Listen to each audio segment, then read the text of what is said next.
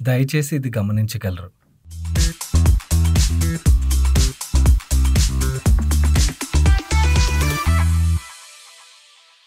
Good morning money persons, welcome to ask money per show. మన ఈరోజు first question Vaidehi garu పంపిస్తున్నారు. And can you please talk about DCM Shriram industries companies into multiple business verticals and stock looks very attractive at this valuation. Yes అండి, definitely valuations పరంగా చాలా interesting ఉన్నది. In fact కంపెనీలో కూడా చాలా ఇంట్రెస్టింగ్ థింగ్స్ జరుగుతున్నాయి. అసలు ఈ స్టాక్ నా నోటీస్లోకి ఎలా వచ్చిందంటే, మన one of our subscribers Sudheer అని చెప్పి 1 month బ్యాక్ నేను నెక్స్ట్ 5 years వరకు నేను ఏవేవైతే థీమ్స్ని బుల్లిష్కున్నాను, ఏ థీమ్స్లోని ఇన్వెస్ట్ చేయడానికి ప్రిఫర్ చేస్తున్నాను అని చెప్పి ఒక వీడియో చేశాను కదా. దాంట్లో మన వ్యూవర్స్ కింద కామెంట్ సెక్షన్లో చాలా కంపెనీస్ రిలేటెడ్గా అయితే రాశారు. ఒకవేళ ఎవరైనా చూడనట్టయితే చూడండి. ఇన్ఫాక్ట్ అది మాత్రమే కాదు, నిన్న వీడియోలో కూడా చాలామంది వేరియస్ కంపెనీస్ రిలేటెడ్గా వాళ్ళు ఏ కంపెనీస్ మీద బుల్లిష్కున్నారు అనేది రాస్తుంటారు. యాక్చువల్లీ మనకి చాలా వరకు ఇంట్రెస్టింగ్ కంపెనీ ఐడియాస్ మన వాళ్ళ దగ్గర నుంచే వస్తాయి. సో ఇది నాకు సుధీర్ దగ్గర నుంచి వచ్చింది. తను కామెంట్ ఇక్కడ మీకు చూపిస్తాను. తను ఈ కామెంట్ రాశాక నేను కంపెనీని అయితే స్టడీ చేయడం స్టార్ట్ చేశాను. వీళ్ళ ఎగ్జిస్టింగ్ బిజినెస్ ఏదైతే ఉన్నదో దాని గురించి ఫస్ట్ మాట్లాడుకుందాం. దాని తర్వాత అసలు యాక్చువల్లీ ఈ కంపెనీ ఎందుకు ఇంట్రెస్టింగ్ అనిపించింది, కంపెనీలో ఏం జరుగుతున్నది అన్నది పార్ట్ ఏదైతే ఉన్నదో దాని గురించి మనం డీటెయిల్గా మాట్లాడుకుందాం. నా DCM శ్రీరామ్ ఇండస్ట్రీస్ విషయంకి వచ్చేసరికి వీళ్ళ మేజర్ బిజినెస్ ప్రజెంట్ చూసినట్టయితే వీళ్ళ షుగర్ బిజినెస్, దౌరాల షుగర్స్ అని చెప్పి వీళ్ళది ఒక కంపెనీ ఉన్నది. ఈ కంపెనీ నుంచి వీళ్ళకి 1049 crores రెవెన్యూ వస్తున్నట్టయితే కరెంట్లీ 77 crores లాస్ట్ ఇయర్ వీళ్ళు నెట్ ప్రాఫిట్ అయితే డెలివర్ చేశారు.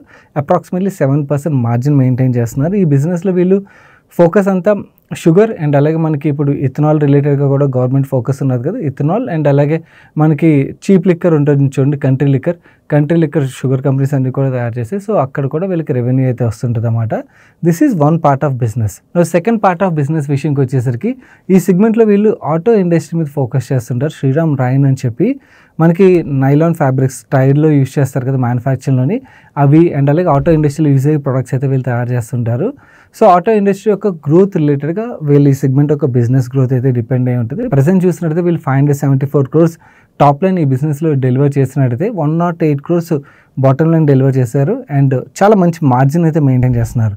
సో ఈ షుగర్ బిజినెస్లో వీళ్ళ మార్జిన్ అంతా సింగిల్ డిజిట్లో 7% ఉన్నది కదా, వేరే ఈ బిజినెస్లో వీళ్ళ margin 19% margin, healthy margin maintain చేస్తున్నారు. అండ్ వీళ్ళ ప్రొడక్ట్స్ ఏవైతున్నారో వీళ్ళ ప్రొడక్ట్స్ కూడా డిమాండ్ ఉన్నది. Only thing auto industry grow అయింది అనుకోండి, ఈ సెగ్మెంట్ బాగా గ్రో అవుతుంది. వీళ్ళ థర్డ్ సెగ్మెంట్ కెమికల్ సెగ్మెంట్ ఏదైతే ఉన్నదో ఈ సెగ్మెంట్లో లాస్ట్ ఇయర్ వీళ్ళు 429 crores రెవెన్యూ జనరేట్ చేసినట్టయితే 39 crores నెట్ ప్రాఫిట్ అయితే డెలివర్ చేశారు. 9% మార్జిన్ అయితే వీళ్ళు ఇక్కడ జనరేట్ చేస్తున్నారు. బట్ మార్జిన్స్లో మీరు చూసినట్టయితే ప్రెషర్ కనబడుతుంటుంది. దానికి రీజన్ ఏంటంటే 2 of their కాంపిటేటర్స్ వీళ్ళు తయారు చేసే కెమికల్ ఏదైతే ఉందో దాని యొక్క కెపాసిటీస్ అయితే యాడ్ చేశారు.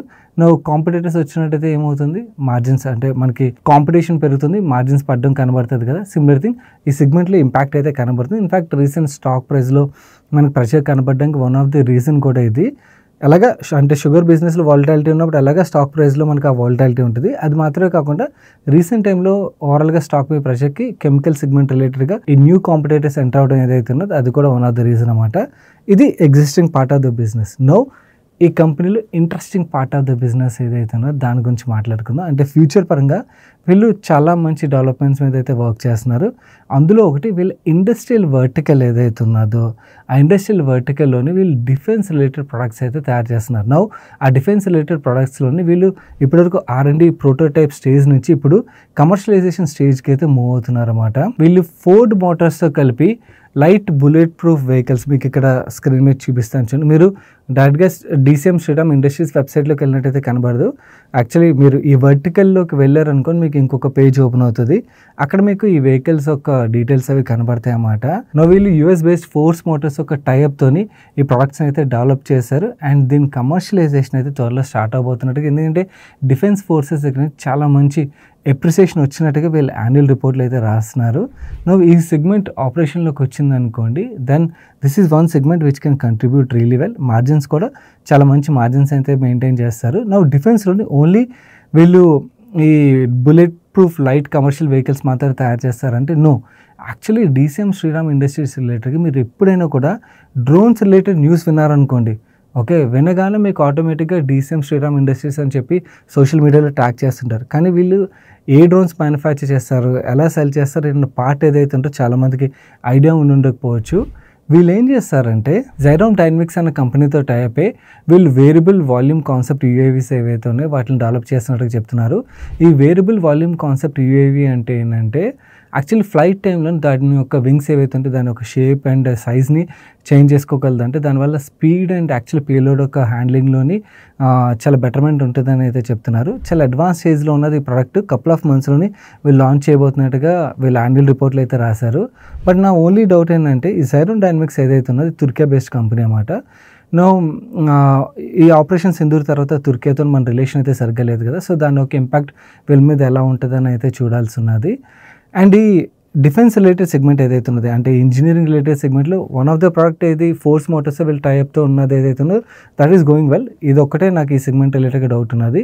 ఇది మాత్రమే కాకుండా వీళ్ళు ఈ సెగ్మెంట్లోని వీళ్ళు రాజస్థాన్ కోటా ఉన్నది కదా, అక్కడ full fledge manufacturing facility fabrication ఫెసిలిటీని సెటప్ చేసినట్టుగా చెప్తున్నారు. అండ్ ఈ సెటప్ రిలేటెడ్గా actually one of the US based company western global ఏదైతే ఉన్నదో వాళ్ళ టీం వీళ్ళ ఫెసిలిటీకి విజిట్ చేసి చాలా అప్రిషియేట్ చేసినట్టుగా అంటే క్వాలిటీ ఆఫ్ ది ఫెసిలిటీ ఇదంతా ఏదైతే ఉన్నదో దాని రిలేటెడ్గా చాలా అప్రిషియేట్ చేసినట్టుగా అయితే యాన్యువల్ రిపోర్ట్లో రాస్తున్నారు. అండ్ అలాగే ఈ వెస్టర్న్ దగ్గర నుంచి వీళ్ళకి ఎఫ్సిపి రేంజ్ ఫ్యూయల్ కంటైనర్స్ ఏవైతే ఉన్నాయో దాని యొక్క ఆర్డర్ వీళ్ళకి వచ్చినట్టుగా చెప్తున్నారు. 7 loads ఆర్డర్ వచ్చినట్టయితే ఆల్రెడీ 4 loads ఆఫ్ ఆర్డర్ని వీళ్ళు ఎక్స్పోర్ట్ చేసినట్టుగా అయితే యాన్యువల్ రిపోర్ట్లో రాశారు. ఈ కోటా ఫెసిలిటీని వీళ్ళు ఆర్మ్డ్ వెహికల్స్ అండ్ కంటైనర్స్ ఒక మ్యానుఫ్యాక్చరింగ్ అయితే చేయబోతున్నట్టుగా చెప్తున్నారు. అండ్ ఇది మాత్రమే కాకుండా ఇజ్రాయెల్ బేస్డ్ కంపెనీ తెబిరన్ టెలికామ్ ఏదైతే ఉందో దాంతో టైప్ వీళ్ళు ఐపీ బేస్డ్ ఫోన్స్ ఉంటాయి కదా దాని యొక్క అసెంబ్లింగ్ వర్టికల్ వీళ్ళు స్టార్ట్ చేసినట్టుగా ఆల్రెడీ చెప్పారన్నమాట. దాని యొక్క కమన్స్మెంట్ కూడా స్టార్ట్ అయినట్టుగా ఈసారి యాన్యువల్ రిపోర్ట్లో అయితే వీళ్ళు మెన్షన్ చేశారు. That is also another thing, అంటే అనదర్ బిజినెస్ మనం ఈ కంపెనీ రిలేటెడ్గా అయితే రెవెన్యూస్ అయితే ఎక్స్పెక్ట్ చేయొచ్చు. సో బేసికల్ వీళ్ళు ఇంజనీరింగ్ వర్టికల్ ఏదైతే ఉన్నదో ఈ వర్టికల్లోని జస్ట్ ఒక సెగ్మెంట్ మాత్రమే కాకుండా మల్టిపుల్ సెగ్మెంట్స్లో వీళ్ళు వర్క్ చేస్తున్నారు. అండ్ ప్రతి సెగ్మెంట్లోని R&D స్టేజ్ నుంచి కమర్షియలైజేషన్ స్టేజ్కి మూవ్ అవుతున్నట్టుగా మనకు అర్థమవుతుంది. కానీ ప్రెజెంట్ స్టాక్ చూసినట్టయితే వీళ్ళ షుగర్ బిజినెస్ మేజర్ బిజినెస్ కదా. సో ఆ షుగర్ బిజినెస్ ఆధారంగానే మనకి వాల్యుయేషన్ అయితే కనబడుతుంది అన్నమాట. షుగర్ కంపెనీ లాగే మార్కెట్ రీచ్ చేస్తుంది. ఫ్యూచర్లోని ఇంజనీరింగ్ బిజినెస్ నుంచి కూడా వీళ్ళకి రెవెన్యూస్ బాగా వస్తున్నాయి అనుకోండి, ఆబ్వియస్లీ మనం ఆ రీరేటింగ్ అయితే ఎక్స్పెక్ట్ చేయొచ్చు అన్నమాట. దిస్ ఇస్ వాట్ నాకు యాక్చువల్లీ ఈ స్టాక్ పరంగా ఇంట్రెస్టింగ్ అనిపించింది. ఇన్ఫాక్ట్ డీమర్జర్ రిలేటెడ్గా కూడా మేనేజ్మెంట్ మాట్లాడుతున్నారు. సో బిజినెస్ డీమర్జర్ కూడా అయింది అనుకోండి, వాల్యూ అన్లాకింగ్ కూడా జరిగే ఆస్కారం అయితే ఉన్నది. నేను ఈ వీడియో రికార్డ్ చేసే టైంకి stock 14 times price to earning multiple అయితే ట్రేడ్ అవుతున్నది. హెల్దీ రిటర్న్ రేషియోస్ జనరేట్ చేస్తూ మంచి బ్యాలెన్స్ షీట్ ఉన్నది వీళ్ళకి. యాక్చువల్లీ వీళ్ళ బ్యాలెన్స్ షీట్లో డెట్ మనకు కనబడుతుంది కదా, అది కూడా ప్రిడామినెంట్లీ వర్కింగ్ క్యాపిటల్ డెట్టే కనబడుతుంది. వెరీ ఓల్డ్ కంపెనీ, చాలా మంచి మేనేజ్మెంట్ అండ్ బిజినెస్ పరంగా కమోటైజ్ బిజినెస్ నుంచి మనకి ఇంజనీరింగ్ బిజినెస్ ఏదైతే ఉన్నదో ప్రజెంట్ మనకు తెలుసు engineering related defence related companies ఒక వాల్యుయేషన్స్ ఏ వాల్యుయేషన్లో ట్రేడ్ అవుతున్నాయో ప్రజెంట్ మార్కెట్ అయితే ఈ స్టాక్ని అలా చూడట్లేదు కాబట్టి మనకి ఈ వాల్యుయేషన్లో అయితే ఉన్నది. హోప్ఫుల్లీ ఇక్కడ నుంచి నెంబర్స్ రావడం వీళ్ళ కమర్షియలైజేషన్ ఇవన్నీ స్టార్ట్ అయినట్టయితే మాత్రం డెఫినెట్లీ నేనైతే వాచెస్లో పెట్టుకుని ట్రాక్ చేస్తున్నాను. సో యాక్టివిటీ కనబడితే మాత్రం డెఫినెట్లీ వాల్యుయేషన్స్ పరంగా అట్రాక్టివ్ ఉన్నది కాబట్టి కంపెనీలో జరిగే యాక్టివిటీస్ ఏవైతున్నాయో యాక్టివ్గా ట్రాక్ చేస్తున్నాను. మీకు కూడా ఇంట్రెస్టింగ్ అనిపిస్తే ఫుల్ ఫ్లెజ్గా రీసెర్చ్ చేయడానికి ప్రయత్నించండి. ఓన్లీ కన్సర్న్ నాకు ఈ కంపెనీతో కనపడేది ఏంటంటే వీళ్ళు క్వార్టర్లీ ప్రెజెంటేషన్స్ రిలీజ్ చేయరు, కాన్ఫరెన్స్ కాల్స్ కండక్ట్ చేయరు. సో దానివల్ల మనకి ఇన్ఫర్మేషన్ అనేది యాన్యువల్ రిపోర్ట్ మీద డిపెండ్ అవ్వాలి. ఇన్ఫర్మేషన్ తక్కువగా దొరుకుతుంది, అది కూడా ఒక విధంగా అడ్వాంటేజ్ లేదు, నాయిస్ ఉండదు. బట్ ఓన్లీ థింగ్ మనకి ఏంటంటే ఎప్పుడైనా కూడా అంటే క్వార్టర్ ట్రాక్షన్ జరుగుతున్నది అనుకో, ప్రెజెంటేషన్స్ ఉన్నట్టయితే ఆర్ కాన్ఫరెన్స్ కాల్స్ కండక్ట్ చేసినట్టయితే ఇంకొంచెం ఇన్ఫర్మేషన్ దొరుకుతుంది కదా. That's only concern, otherwise everything looks interesting. మీరు పంపించిన నెక్స్ట్ క్వశ్చన్కి ఆన్సర్ చేసే ముందు ఇప్పటివరకు షేర్ చేసిన ఇన్ఫర్మేషన్ ఎలా అనిపించింది? హెల్ప్ఫుల్ అయినట్టయితే మేము అడిగేది ఒకటే, వీడియోని తప్పకుండా లైక్ చేయడం మర్చిపోకండి. అండ్ మీకు కూడా ఏదైనా క్వశ్చన్ మమ్మల్ని అడగాలనిపించినట్టయితే కింద కామెంట్ సెక్షన్లో #AskMoneyPerson కంటిన్యూస్గా రాసి మీకు క్వశ్చన్ రాసినట్టయితే మీ క్వశ్చన్స్ మాకు రీచ్ అవుతాయి. అండ్ ఛానల్కి ఇదే ఫస్ట్ టైం వచ్చినట్టయితే ఛానల్ సబ్స్క్రైబ్ చేసి పక్కన బెల్ ఐకాన్లో ఆల్ నోటిఫికేషన్స్ యాక్టివేట్ చేసుకోవడం మర్చిపోకండి. మన నెక్స్ట్ క్వశ్చన్ జీవన్ కుమార్ గారు అడుగుతున్నారు, what's your view on Artemis medicare hospital stock? Good find అండి. యాక్చువల్లీ రీసెంట్గా one of the well reputed PMS fund manager ఒక పోర్ట్ఫోలియో కూడా చూశాను. పర్సనల్ అడిగినట్టయితే hospitals are minting money. Well reputed hospitals ఏవైతే ఉంటాయో పేషెంట్స్ అయితే నిండిపోయి ఉంటున్నాయి మీరు అబ్జర్వ్ చేసినట్టయితే. So they are making lot of money. Only thing ఏంటంటే కొన్ని హాస్పిటల్ స్టాక్స్ చాలా ఎక్స్పెన్సివ్ వాల్యుయేషన్కి వెళ్ళిపోయి, but there are few hospital stocks మనకి రీజనబుల్ వాల్యుయేషన్లో కనబడుతుంటాయి. ఇది ఒకటి, హెల్త్ కేర్ గ్లోబల్ ఒకటి, యథార్థ హాస్పిటల్ ఒకటి. ఇన్ఫాక్ట్ యాక్చువల్లీ 1 year బ్యాక్ అయితే యథార్థ ఇంకా చాలా చీప్గా కనబడేది, బట్ లాస్ట్ 1 yearలో కొంచెం పెరగడంతో మనకి స్టిల్ రీజనబుల్ వాల్యుయేషన్కి అయితే వచ్చింది. ఈ 3 అయితే నాకు హాస్పిటల్ స్టాక్స్లో రీజనబుల్గా అయితే అనిపిస్తుంటాయి. ఈ థీమ్ ఎవరైనా స్టడీ చేయనట్టయితే స్టడీ చేయడానికి ప్రయత్నించండి.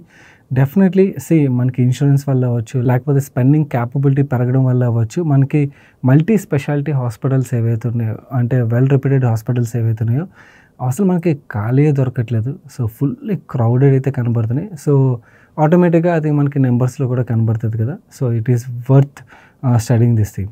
మన నెక్స్ట్ క్వశ్చన్ సతీష్ కుమార్ గారు అడుగుతున్నారు. High time I'm confuse between rights issue and right entitlement. Can you please explain with a example? Last time some RE shares were created in my Demat account. I didn't sell them. Later they disappeared. Was I supposed to sell them? What's the benefit in this case? Can I buy this right entitlement shares?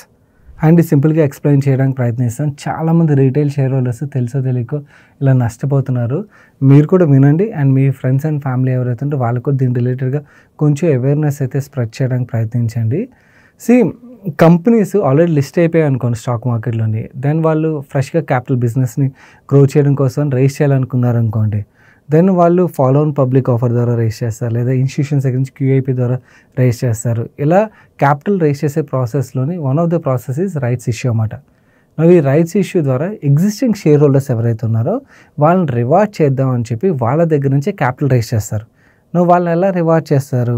మనకి stock మార్కెట్లో ఆ stock price 100 rupees trade అవుతున్నది అనుకోండి, వీళ్ళు rights ఇష్యూని 70 రూపాయలకు 60 రూపాయలకు announce చేస్తారన్నమాట. సో మీరు స్టాక్ మార్కెట్లో ట్రేడ్ అవుతున్న ప్రైస్ కన్నా కూడా తక్కువ ప్రైస్కే ఈ షేర్స్ని అయితే సబ్స్క్రైబ్ చేసుకోవచ్చు అన్నమాట. ఏదైతే రికార్డ్ డేట్ ఉన్నదో ఆ రికార్డ్ డేట్ నాటికి వీళ్ళు అనౌన్స్ చేసిన రేషియో ఆధారంగా మీ డిమాట్ అకౌంట్లోని రైట్ ఎంటైటిల్మెంట్స్ అయితే క్రియేట్ అవుతాయి.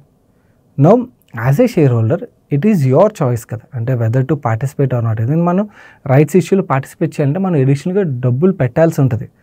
ఒకవేళ పెట్టకపోతే ఏమవుతుంది, రికార్డ్ అయిన తర్వాత ప్రైస్ అడ్జస్ట్ అయిపోతుంది కదా. సో ఎగ్జిస్టింగ్ షేర్ హోల్డర్స్ ఎవరైతే ఉంటారో వాళ్ళు నష్టపోకుండా ఉండాలని చెప్పి ఈ రైట్ ఎంటైటిల్మెంట్స్ అయితే మన డిమాట్ అకౌంట్లో క్రియేట్ అవుతాయి. వీటిని మనకి పార్టిసిపేట్ చేయాలని లేదనుకోండి, మనం స్టాక్ మార్కెట్లో సెల్ చేసేయచ్చు. ఎవరైతే బయర్ ఉంటారో ఇంట్రెస్టెడ్ ఉన్న వాళ్ళు వాళ్ళ రైట్ ఎంటైటిల్మెంట్స్ని బై చేసి వాళ్ళ రైట్స్ ఇష్యూలో పార్టిసిపేట్ చేసి వాళ్ళ రైట్ ఎంటైటిల్మెంట్ని ఫుల్ షేర్గా కన్వర్ట్ చేసుకుంటారన్నమాట. ఓకే, ఒకవేళ మనం పార్టిసిపేట్ చేయలేదనుకోండి, ఇక్కడ చాలామంది నష్టపోతారని చెప్తున్నాను. ఎందుకంటే ఎవరైతే పార్టిసిపేట్ పార్టిసిపేట్ చేయని రైట్ ఎంటైటిల్మెంట్స్ ఏవైతే ఉన్నాయో, ఇన్ దట్ కేస్ నార్మల్లీ నా డిమాట్ అకౌంట్లో లెట్స్ ఒక 100 రైట్ ఎంటైటిల్మెంట్స్ క్రియేట్ వచ్చాయి. ఓకే, నేనేం చేస్తానంటే నేను 100కి బదులు రైట్స్ ఇష్యూలో పార్టిసిపేట్ చేసేటప్పుడు 150 రైట్స్ ఎంటైటిల్మెంట్కి నేను అప్లై చేస్తాను. ఓకే, లెట్స్ 100 సబ్స్క్రైబ్ అయ్యింది అనుకోండి, నాకు ఆ 150కి రావచ్చు, లేదా 130కి రావచ్చు, 140కి రావచ్చు. నా దగ్గర ఉన్న రైట్ ఎంటైటిల్మెంట్స్ కన్నా కూడా నేను యాక్చువల్ ప్రైస్ ఏదైతే రైట్స్ ఇష్యూ ప్రైస్ ఉన్నదో ఆ ప్రైస్కి నేను పే చేసినప్పుడు నేను యాక్చువల్ నా దగ్గర ఉన్న రైట్ ఎంటైటిల్మెంట్స్ కన్నా కూడా ఎక్కువకి నేను సబ్స్క్రైబ్ చేసుకోగలను అన్నమాట. ఇలా ఈవెన్ ప్రమోటర్స్ కూడా పార్టిసిపేట్ చేస్తారు, ఎగ్జిస్టింగ్ షేర్ హోల్డర్స్ కూడా పార్టిసిపేట్ చేస్తారు, దే గెట్ బెనిఫిటెడ్. బట్ ఎవరైతే తెలియని ఇన్వెస్టర్లు ఉంటారో పాపం వాళ్ళు నష్టపోతుంటారు అన్నమాట. మీకు రైట్ ఎంటైటిల్మెంట్ మీ డిమాట్ అకౌంట్లో క్రియేట్ వచ్చింది అనుకోండి, దాని ఒక particular number of trading dates ఉంటాయి. ఆ డేట్స్ లోపల మీరు పార్టిసిపేట్ చేయాలని ఇష్టం లేకపోతే వాటిని సెల్ చేసేయండి. వాటిని అలా హోల్డ్ చేస్తే మీ డిమాట్ అకౌంట్లో ఉండవు, అవి డిసపేర్ అయిపోతాయి. సో సెల్ చేయకపోతే మీరు నష్టపోతారు, గుర్తుంచుకోండి. మన నెక్స్ట్ క్వశ్చన్ శ్రీరామ్ గారు అడుగుతున్నారు. ఇది actual last ask money per షోకి కంటిన్యూషన్ క్వశ్చన్. ఇది చాలామంది హెల్ప్ఫుల్ అవ్వచ్చని ఈ క్వశ్చన్ పిక్ చేశాను. ఆయన మంత్లీ 4,000 రూపీస్ RD 7.1%కి బెస్టా, లేకపోతే 4,000 రూపీస్ SIP ఆర్బిట్రేజ్ ఫండ్స్లో బెస్టా? ఫర్ 15 months టైం పీరియడ్ పిల్లల స్కూల్ ఫీజు కోసం ప్లాన్ చేస్తున్నాను. ఓకే, దీనికి ఆన్సర్ చాలా సింపుల్ అండి. మీరు ఒకవేళ 30% ట్యాక్స్ బ్రాకెట్లో ఉన్నట్టయితే మాత్రం ఆర్బిట్రేజ్ ఫండ్సే బెస్ట్. ఒకవేళ మీరు లెస్ దాన్ 20% ట్యాక్స్ బ్రాకెట్లో ఉన్నారనుకోండి, అప్పుడు మీకు పెద్ద డిఫరెన్స్ రాదు. In that case I prefer RD over arbitrage funds అన్నమాట. సో మీ ట్యాక్స్ స్లాబ్ ఆధారంగా మీరు డెసిషన్ అయితే తీసుకోండి. ఎవరైతే హైయర్ స్లాబ్లో ఉంటారో వాళ్ళకి arbitrage funds are the best solution. మన next question Telugu entertainment and handle నుంచి వచ్చింది. Hi Sanna, thanks for teaching us. Could you please explain about IndoStar capital finance company? అండి, ఓకే, నా వ్యూ నేను షేర్ చేస్తాను. దానికన్నా ముందు I just want to understand from you. Okay, మీరు ఈ కంపెనీని ఎందుకు పిక్ చేశారు? There should be some reason కదా. అండ్ ఎలా ఐడెంటిఫై చేశారు? ఇవి కూడా రాస్తే యాక్చువల్ చాలా బాగా అనిపిస్తుంది. ఎందుకంటే నార్మల్లీ చాలా కంపెనీస్ రిలేటెడ్గా వస్తాయి కదా. సో వచ్చినప్పుడు ఏంటంటే జస్ట్ నేమ్ ఉన్నదనుకోండి, కొన్నిసార్లు వర్క్ చేయం పేరు వినకపోయి ఉంటే అలాగే ఇగ్నోర్ చేస్తాను. బట్ ర్యాండమ్గా ఈ క్వశ్చన్ నాకు వచ్చింది అండ్ నేను వర్క్ చేయడం స్టార్ట్ చేశాక నాకైతే కంపెనీ చాలా బాగా అనిపించింది. అసలు మీరు ఎలా ఐడెంటిఫై చేశారనేది నాకు తెలుసుకోవాలనిపించింది. ఎందుకంటే సమ్వేర్ నా నోటీస్లోకి ఎందుకు రాలేదు, బ్రూక్ఫీల్డ్ ప్రమోట్ చేసిన ఎన్బిఎఫ్సి ఇది. Brookfield is one of the largest private equity firm and there are few interesting things కూడా కంపెనీలో జరుగుతున్నాయి. బిజినెస్ పరంగా మాట్లాడుకోవాలంటే వీళ్ళు auto loans and SME loans ఇస్తారు. ఆటో లోన్ కూడా యూజ్ వెహికల్స్ ఏవైతే ఉంటే 99% వీళ్ళ లోన్ బుక్ అదే. అండ్ ఇంట్రెస్టింగ్ థింగ్ ఏంటంటే వీళ్ళకి ఒక హౌసింగ్ ఫైనాన్స్ కంపెనీ కూడా ఉండేది, నివాస్ హౌసింగ్ ఫైనాన్స్ కంపెనీ అని. దాని ఒక ప్రైవేట్ ఈక్విటీ ఫర్మ్కి అమ్మేశారు. అక్కడి నుంచి వీళ్ళకి 1700 కోట్లు వచ్చినట్టుగా రీసెంట్గా ఎక్స్చేంజ్ ఫైలింగ్ కూడా రిలీజ్ అయింది. సో 3000 కోట్లు మార్కెట్ క్యాప్లో ట్రేడ్ అవుతున్న కంపెనీ 1700 కోట్లు క్యాష్ వస్తుంది. అండ్ వాల్యుయేషన్స్ పరంగా కూడా one time, in fact actually valuations అంటే మోస్ట్ ఆఫ్ ద ఎన్బిఎఫ్సీలన్నీ కూడా త్రో ఏవి వాల్యుయేషన్లో ట్రేడ్ అవుతున్నాయి లేండి. But still valuations is also one of the factor నాకైతే చాలా ఇంట్రెస్టింగ్ అనిపించింది. And Madhu Kelagar is one of the investor. So నాకైతే స్టడీ చేసినప్పుడు ఇంట్రెస్టింగ్ అనిపించిందండి. ఓన్లీ రిస్క్ ఏంటంటే ఈ auto finance companies, especially used vehicles finance చేసే కంపెనీస్కి ఉండే రిస్క్ ఏంటంటే ఎకానమీ స్లోడౌన్లోకి వెళ్ళింది అనుకోండి, ఎన్పిఎస్ అయితే పెరుగుతాయి. సో ఆ రిస్క్ అయితే ఉంటుంది. ఎకానమీ గ్రో అయితే వీళ్ళ బిజినెస్ ర్యాపిడ్గా గ్రో అవుతుంది. So that's a risk you need to remember. ఓవరాల్గా అయితే మాత్రం నేను ఏదైతే స్టడీ చేశాను నాకైతే ఇంట్రెస్టింగ్ అనిపించింది. అండ్ డెఫినెట్లీ ఏదైతే క్యాష్ వీళ్ళకి వస్తుందో ఆ క్యాష్ బిజినెస్ని చాలా బాగా గ్రో చేయడానికి కూడా హెల్ప్ఫుల్ అవుతుంది. అండ్ ప్రమోటర్స్ పరంగా కూడా చాలా స్ట్రాంగ్ పెడిగ్రీ ఉన్న ప్రమోటర్స్ హోల్డ్ చేసిన కంపెనీ ఇది.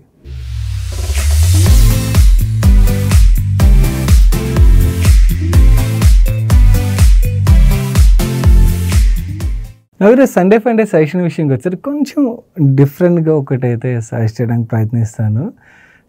12th ఫెయిల్ మూవీ మీలో ఎంతమందికి ఇష్టం? నాకైతే పర్సనలీ రీసెంట్ టైంలో చూసిన మూవీస్లో one of the best movie అయితే అది.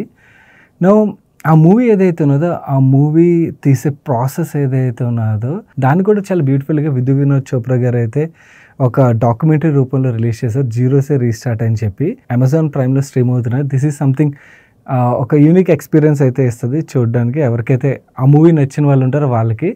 అండ్ ఇలా డాక్యుమెంటరీస్ కాదు మూవీ అనుకున్నట్టయితే హాట్స్టార్లో డిఎన్ఏ అని ఒక మూవీ అయితే స్ట్రీమ్ అవుతుంది. ఫస్ట్లో కొంచెం బోరింగ్ ఉంటుంది కానీ ఆ మూవీ వెళ్తున్న కొద్ది అయితే మాత్రం ఇంట్రెస్టింగ్ ఉంటుంది. మన నెక్స్ట్ క్వశ్చన్ నాగేంద్ర గారు అడుగుతున్నారు, sir please explain about IOB now availability attractive valuation. ఎక్కడ అట్రాక్టివ్ వాల్యుయేషన్ అండి? ఎస్, ఆ యూఫోరిక్ జోన్ ఏదైతే ఉన్నదో 5 times price to book multiple నుంచి అయితే 2 times కరెక్ట్ అయింది. బట్ స్టిల్ దీనికన్నా బెటర్ ఆర్ఓఈస్ డెలివర్ చేసిన బ్యాంక్స్ మనకి కెనరా బ్యాంక్ అవ్వచ్చు, బ్యాంక్ ఆఫ్ బరోడా అవ్వచ్చు, బ్యాంక్ ఆఫ్ మహారాష్ట్ర అవ్వచ్చు, or union bank, Indian bank, ఇలాంటి బ్యాంక్స్ అన్నీ కూడా హైయర్ ఆర్ఓఈ జనరేట్ చేసి ఇంకా చీపర్ వాల్యుయేషన్లు అయితే ట్రేడ్ అవుతున్నాయి. సరిగ్గా స్టడీ చేయడానికి ప్రయత్నించండి. ఓన్లీ స్టాక్ ప్రైసే కాదు, మనకి బ్యాంక్స్ పరంగా price to book multiple and ROE చాలా క్రిటికల్ రోల్ ప్లే చేస్తుంది అవి. అండ్ అలాగే వాళ్ళ ఎన్పిఏ నెంబర్స్ ఏవైతే వాటిని కూడా ట్రాక్ చేయడానికి ప్రయత్నించండి. ఎస్, డెఫినెట్లీ మనకి చాలా పిఎస్యూ బ్యాంక్స్ అయితే అట్రాక్టివ్ వాల్యుయేషన్లో ఉన్నాయి. కాకపోతే well managed public sector banks ఏవైతే ఉన్నాయో వాటిల్లోనే మీరు పార్టిసిపేట్ చేయడానికి ప్రయత్నించండి. కానీ స్టాక్ ప్రైస్ ఆధారంగా, యూఫోరియా ఆధారంగా వెళ్ళదు. ఈ ఐఓబి రిలేటెడ్గా ఆల్మోస్ట్ 2 years నుంచి వెబ్ బిన్ ఓకల్ చాలా ఎక్స్పెన్సివ్ అని చెప్పి ఓన్లీ ప్రైస్ ఆధారంగా చాలామంది పరిగెత్తేస్తూ ఉండేవారు. అండ్ లిక్విడిటీ తక్కువ ఉండేసరికి స్టాక్ని మ్యానిపులేట్ కూడా చేసేవారు. బట్ ఇప్పుడు మొత్తం సినారియో మారిపోయింది కాబట్టి మనకి ఆ 5 times బుక్ నుంచి 2 times కదా వచ్చింది. Still I feel it is not cheap. ఇంకా దీనికన్నా కూడా చాలా మంచి బ్యాంక్స్ చీప్ వాల్యుయేషన్ అయితే ట్రేడ్ అవుతున్నాయి. మన నెక్స్ట్ క్వశ్చన్ యుగంధర్ తేజ్ అనే హ్యాండిల్ నుంచి వచ్చింది. ఇది ఫైనాన్షియల్ ప్లానింగ్ రిలేటెడ్ క్వశ్చన్. నా ఏజ్ 41 years. నా ఎసెట్స్ విషయంకి వచ్చేసరికి బెంగళూరులోని 50 lakhs పెట్టి అపార్ట్మెంట్ కొన్నాను 2022లోని. అండ్ ఒక ప్లాట్ కూడా బెంగళూరులో 25 lakhsకి 2021లో కొన్నాను. నా హోమ్ టౌన్లో అగ్రీ ల్యాండ్ని 15 lakhs పెట్టి 2014లో కొన్నాను. అలాగే హోమ్ టౌన్లో ఒక ప్లాట్ 8 lakhs పెట్టి 2013లో కొన్నాను. ఎన్పిఎస్లో 10 లక్షలు ఇన్వెస్ట్ చేశాను. ఈపీఎఫ్లో 25 lakhs ఇన్వెస్ట్ చేశాను. గోల్డ్లో 10 లక్షల రూపాయలు ఇన్వెస్ట్ చేశాను. అండ్ సుకన్య సమృద్ధి యోజనలోని 3 లక్షల రూపాయలు అయితే ఇన్వెస్ట్ చేశాను. అండ్ పీపీఎఫ్లో 1 లక్ష రూపాయలు ఉన్నది. మ్యూచువల్ ఫండ్స్లో 16 లక్షలు ఉన్నాయి. ఈక్విటీ షేర్స్లో 10 లక్షల రూపాయలు పెట్టాను. అండ్ ఎఫ్డీలో 11 లక్షలు ఉన్నాయి. ఇందులో 5 లక్షల ఎమర్జెన్సీ ఫండ్, 6 లక్షల రూపాయలు SBI smart wealth builder plan 1 lakh per year premium కోసం నెక్స్ట్ 6 years కోసం ఎఫ్డీలో పార్క్ చేసి అయితే ఉంచాను. లయబిలిటీస్ విషయంకి వచ్చేసరికి హోమ్ లోన్ 35 లక్షలు ఉన్నది, గోల్డ్ లోన్ 3 లక్షలు ఉన్నది, అండ్ 1 crore టర్మ్ ఇన్సూరెన్స్ ఉన్నది నాకు, అండ్ 50 lakhs నా వైఫ్కి టర్మ్ ఇన్సూరెన్స్ ఉన్నది, అండ్ 1 crore గ్రూప్ ఇన్సూరెన్స్ ఉన్నది, అండ్ 25 lakhs హెల్త్ ఇన్సూరెన్స్ నాకు నా ఫ్యామిలీకి ఉన్నది, and 20 lakhs health insurance cover employer కూడా ప్రొవైడ్ చేస్తున్నారు. అందులో ఫాదర్ 74 years old, అతనికి కవర్ కూడా చేస్తున్నారు. అండ్ అలాగే 10 లక్షల రూపాయలు ఎల్ఐసి పాలసీ ఉన్నది, దానికి ప్రీమియం సంవత్సరానికి 40,000 రూపాయలు అయితే వెళ్తుంది, మెచ్యూరిటీ 2038లో ఉన్నది. నా ఇన్కమ్ విషయంకి వచ్చేసరికి నెలకి 2 లక్షల రూపాయలు అయితే ఇన్కమ్ వస్తుంది. స్పెండింగ్ విషయంకి వచ్చేసరికి 45,000 రూపీస్ హోమ్ లోన్ ఈఎంఐకి వెళ్తుంది, అండ్ అడిషనల్గా 5,000 రూపాయలు ఒక ఎక్స్ట్రా ఈఎంఐ పే చేయడం ప్రతి ఇయర్ కోసం అని చెప్పి నేను ఉంచుతున్నాను. 30,000 రూపీస్ మ్యూచువల్ ఫండ్ ఎస్ఐపి వెళ్తున్నది, ఫండ్స్ పేర్లు మెన్షన్ చేశారు. 40,000 రూపీస్ గోల్డ్ లోన్ వెళ్తుంది, 40,000 హౌస్ మెయింటెనెన్స్ ఎక్స్పెన్సెస్ కోసం వెళ్తున్నాయి, అండ్ 15,000 సుకన్య సమృద్ధి యోజనకి అండ్ పీబీఎఫ్కి వెళ్తుంది, 5,000 rupees apartment maintenance, and 20,000 rupees ఆర్డీలో పెడుతున్నాను. యాన్యువల్లీ 2.3 lakhs రిక్వైర్మెంట్ కోసం, అందులో 45,000 ఎల్ఐసి ప్రీమియం కోసం, 60,000 హెల్త్ ఇన్సూరెన్స్ ప్రీమియం కోసం, 30,000 bike insurance and service maintenance cost కోసం, 1.3 lakh బేబీ గర్ల్ యొక్క స్కూల్ ఫీజు కోసం. చాలా బాగా ప్లాన్ చేస్తున్నారండి. కాకపోతే మీ ఇన్కమ్ అండ్ ఎక్స్పెన్సెస్ అన్నీ చూసినట్టయితే కంప్లీట్లీ అయిపోతున్నట్టున్నాయి. 2 లక్షల ఇన్కమ్ వస్తున్నా. నా కమింగ్ టు క్వశ్చన్స్ విషయంకి వచ్చేసరికి I want to buy a car. బేబీతోని యాక్టివాలో ట్రావెల్ చేయాలంటే రిస్కే అనిపిస్తుంది. నా ఫైనాన్షియల్ కండిషన్కి I don't have any down payment with no free cash flow. So ఎలా ప్లాన్ చేసుకోవాలి? Second, should I need to change my financial savings and investment strategy? Yes, definitely you need to change అండి, దాని గురించి మాట్లాడుకుందాం. And third, I want to become financially free in next 15 years, 5 years early to normal retirement. So what I need to do for this plan? And ఇది మాత్రమే కాకుండా తను mutual funds రిలేటెడ్గా question అడిగారు, అండ్ అలాగే మ్యూచువల్ ఫండ్స్ నుంచి exit రిలేటెడ్గా strategy ఎలా ఉండాలని అడుగుతున్నారు. మాట్లాడుకుందాం వీటి గురించి కూడా. అండ్ అలాగే second source of income, present నేను రియల్ ఎస్టేట్లో ఇన్వెస్ట్ చేశాను, కానీ సెకండ్ సోర్స్ ఆఫ్ ఇన్కమ్ అయితే జనరేట్ అవ్వట్లేదు. Recently I heard about manage farm land where they will take care of farm land with cash crop and long-term plantation like sandalwood, and cash crop they are committing to give annually 2.3 lakhs per annum based on the crop yield, and long-term plantation yield 50 lakhs to 1 crore with land depreciation. Is it good investment to take as a second source of income? First me cash flows రిలేటెడ్గా, investment రిలేటెడ్గా మాట్లాడుకుని then దీని గురించి అయితే మాట్లాడుకుందాం అండి, ఎందుకంటే first అక్కడ కరెక్షన్ అయితే చేయాల్సి ఉన్నది. ఫస్ట్ ఈ నెంబర్స్లోకి వెళ్ళే ముందు నేను మిమ్మల్ని ఒక క్వశ్చన్ అడుగుదాం అనుకుంటున్నాను. ఫస్ట్ అసలు SBI smart wealth builder policy ఎందుకు తీసుకోవాలనుకుంటున్నారు? అండ్ దాని గురించి మళ్ళీ మీరు ప్రొవిజన్స్ కూడా పెట్టుకున్నారు. అలాంటి పాలసీలో స్టక్ అవ్వద్దండి. మీ దగ్గర టర్మ్ ఇన్సూరెన్స్ ఉన్నది, that is good enough. So మిగిలిన అదర్ ఇన్సూరెన్స్ పాలసీలు ఏవైతే ఉంటాయో దాంట్లో మీకు పెద్దగా బెనిఫిట్ అయితే రాదు. Don't get trapped. ఓకే, దాన్ని మీరు రైట్ వేలో ప్లాన్ చేసుకుంటే ఇన్ఫ్యాక్ట్ మీకు మంచి వెల్త్ అయితే క్రియేట్ అవుతుంది. అండ్ దాని గురించి ఎఫ్డీలో డబ్బులు ఏవైతే ఉంచుతున్నారో దాన్ని మీరు ప్రాపర్గా ప్లాన్ చేసినా కూడా మీ ఫైనాన్షియల్ ఫ్రీడమ్ అచీవ్ చేయడానికి అయితే చాలా చాలా హెల్ప్ఫుల్ అవుతుంది. ఫైనాన్షియల్ ఫ్రీడమే కాదు, మీరు ఈవెన్ కార్ పర్చేస్ చేయాలనుకున్నారా, ఆ కార్ పర్చేస్ చేయడానికి మీకు డౌన్ పేమెంట్కి పనికి వస్తుంది. అండ్ అలాగే మీకు ఈ పాలసీలు ఏవైతే ఒకటి ఎల్ఐసి పాలసీ కూడా ఒకటి రాశారు 10 లక్షలది, అది ఎందుకు కడుతున్నారు?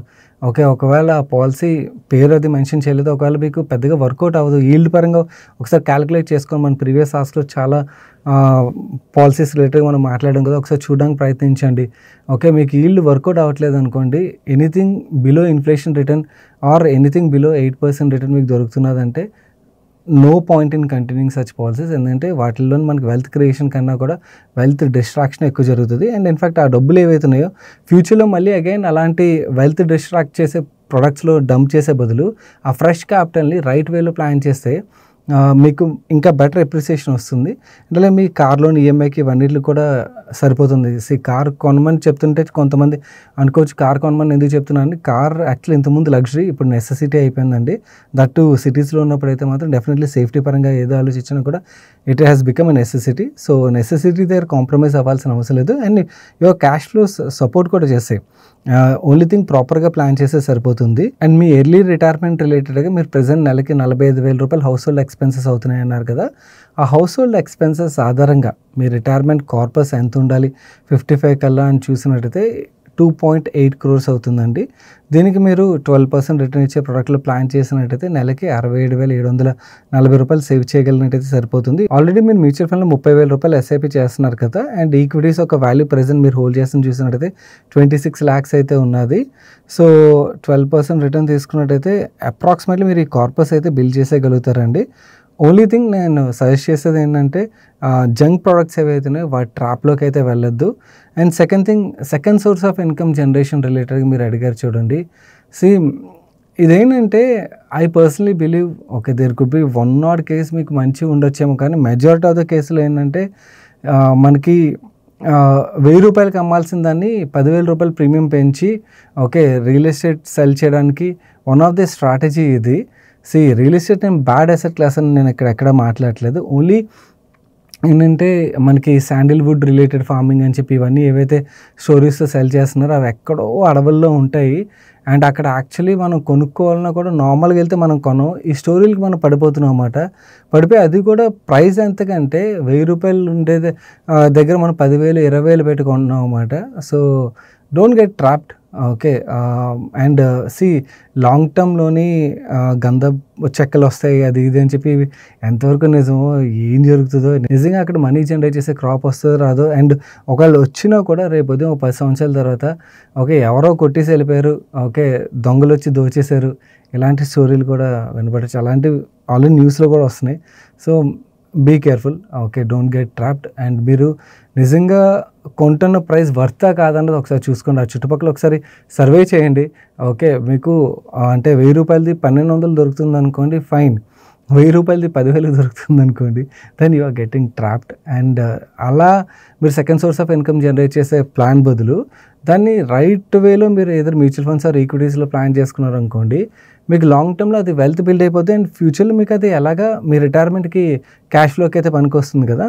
సో ఇప్పుడే second source of income generate చేసి దాంతో ఏం చేస్తారు, ఓకే స్పెండింగ్కి వెళ్ళిపోద్ది లేదా రాంగ్ ఎలొకేషన్కి వెళ్ళిపోద్ది.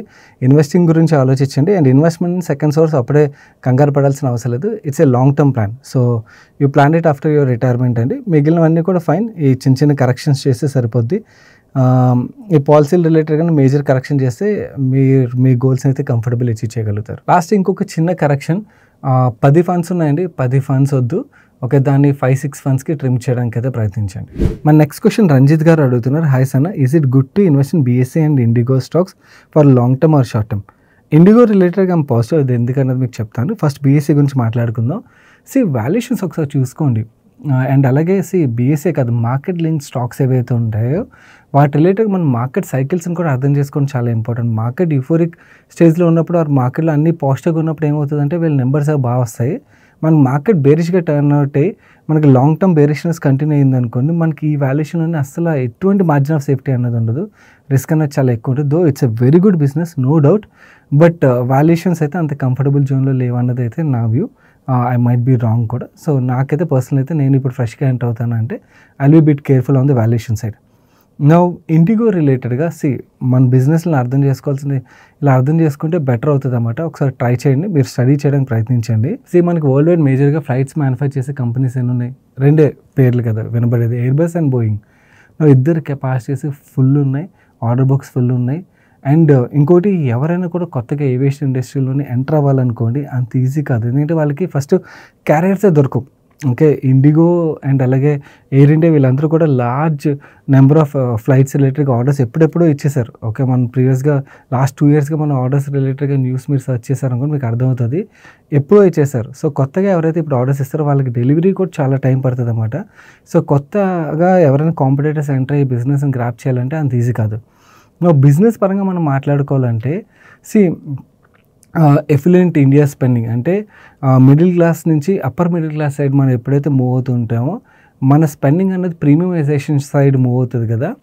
ప్రీమియమైజేషన్ సైడ్ స్పెండింగ్లోని one of the part aviation కూడా అన్నమాట. సో ఎయిర్లైన్స్ ద్వారా ట్రావెల్ చేసే వాళ్ళ సంఖ్య అయితే గణనీయంగా పెరుగుతుంది. మనం ఎయిర్పోర్ట్స్లో చూడొచ్చు, ట్రాఫిక్ భయంకరంగా పెరిగిపోయింది. అండ్ ఎయిర్పోర్ట్స్ వాళ్ళు ఎక్స్పాండ్ చేసుకుంటూ వెళ్తున్నారు. మీరు హైదరాబాద్ ఎయిర్పోర్ట్ చూడండి, ఇంతకుముందు హైదరాబాద్ ఎయిర్పోర్ట్లో మనకి గేట్స్ చాలా తక్కువ ఉంటాయి. ఇప్పుడు చూసినట్టయితే హైదరాబాద్ ఎయిర్పోర్ట్లోనే మనకి ఒకవేళ చివరి గేట్ వచ్చింది అనుకో నడడానికి చాలా టైం పడుతుంది కదా. సో ఎక్స్పాండ్ చేసుకుంటూ వెళ్ళిపోతున్నారు, ఎందుకంటే ఎయిర్లైన్స్ ద్వారా ట్రావెల్ చేసే వాళ్ళ సంఖ్య పెరుగుతున్నది. ఈ సంఖ్య ఇంకా గణనీయంగా పెరిగేదే కానీ తగ్గేది కాదు.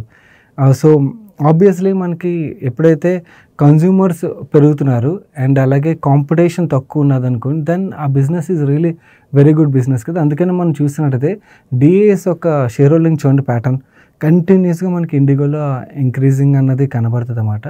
సో అందుకని ఇన్స్టిట్యూషన్స్ అయితే బై చేస్తున్నాయి. So this is the advantage IndiGo carries. At some point valuations ఇది కూడా ఎక్స్పెన్సివ్ అయిపోద్ది, but at this moment IndiGo has that అడ్వాంటేజ్గా మనం చూడవచ్చు. బట్ బీఎస్సీ రిలేటెడ్ మార్కెట్ సైకిల్స్ని అర్థం చేసుకోవడానికి ప్రయత్నించండి. సైకిల్ ఆధారంగా మన ఇన్వెస్ట్మెంట్ రిలేటెడ్ డెసిషన్ తీసుకోవడం అయితే రైట్ అవుతుంది. మన నెక్స్ట్ క్వశ్చన్ వ్యూవర్ తన పేరు మెన్షన్ చేయలేదు. తన క్వశ్చన్ విషయంకి వచ్చేసరికి, hello Saina, I need your expert advice. I have purchased Axiscades technology at 1500 rupees. Share price is continuously falling. Please advise me. Should I need to sell and exit or hold it for it to increase? Also, how much do you think the share will grow by December 2025? Nice question అండి. ఈ question నేను answer చేసే ముందు మిమ్మల్ని ఒక question అడుగుతాను. మీరు రెగ్యులర్గా ఆఫీస్కి వెళ్తారు కదా, ఆఫీస్కో కాలేజ్కో ఎక్కడో చోటుకి ట్రావెల్ చేస్తుంటారు కదా రెగ్యులర్గా. ఈరోజు సండే వీడియో చూస్తున్నారు. రేపు వెళ్ళేటప్పుడు మీ ఇంటి నుంచి ఆఫీస్కి ఎగ్జాక్ట్లీ ఎన్ని మినిట్స్లో మీరు బైక్ మీద, కార్ మీద or any mode of transportation use చేసి వెళ్తారు కదా, ఎగ్జాక్ట్లీ ఎన్ని మినిట్స్లో వెళ్ళగలరో గెస్ట్ చేయగలరా? అది ఎలా గెస్ట్ చేయగలరు? ట్రాఫిక్ మీద డిపెండ్ అయి ఉంటుంది అంటారా? రెగ్యులర్గా వెళ్ళే ప్లేస్కి మనం ఎన్ని మినిట్స్లో వెళ్ళగలమో నెక్స్ట్ డేదే గెస్ట్ చేయలేనప్పుడు ఎన్నో డైనమిక్స్ మూవ్ అవుతాయి. అలాంటి స్టాక్ ప్రైస్ ఎవరు గెస్ట్ చేయగలరండి? ఒకవేళ నేను గెస్ట్ చేయగలిగే స్టేజ్లో ఉన్నట్టయితే దేవుడు అయిపోతాను.